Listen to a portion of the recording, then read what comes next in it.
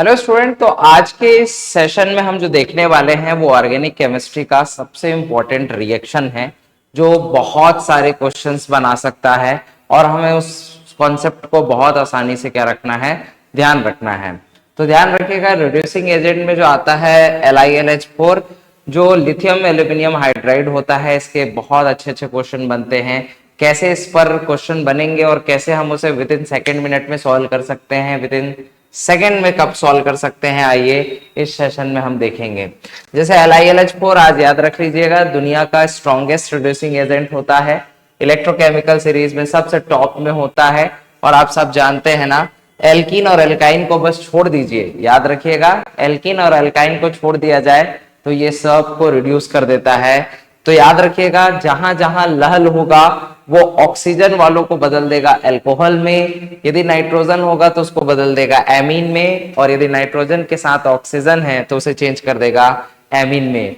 आइए स्टार्ट करते हैं इसे कि हम कैसे क्वेश्चन सॉल्व करेंगे। मैंने आपके सामने बहुत सारे क्वेश्चंस दे रखे हैं। मैंने क्या कहा है, नाइट्रोजन वाला एमीन में, नाइट्रोजन के साथ ऑक्सीजन है तो एमीन में, और केवल ऑक्सीजन है तो अल्कोहल में। यूं कह दिया जाए, जहां होगा लहल वहां होगा अल्कोहल। तो आइए, कार्बन और नाइट्रोजन है तो ये सॉल्व करें हम इसे, तो सेटिस्फाई करते हुए हम चलेंगे इसे। जैसे कार्बन है तो कार्बन लिख दीजिए, नाइट्रोजन है तो ये बदल जाएगा किसमें, एमीन में, और ये सेटिस्फाई कर देंगे कार्बन को तो ये बन जाएगा एमीन। COOH है, केवल ऑक्सीजन दिख रहा है तो ऑक्सीजन वाला किसमें बदल देगा, अल्कोहल में। तो हम यहां पर से आंसर बना सकते हैं कुछ ऐसा, तो ये हो जाएगा अल्कोहल।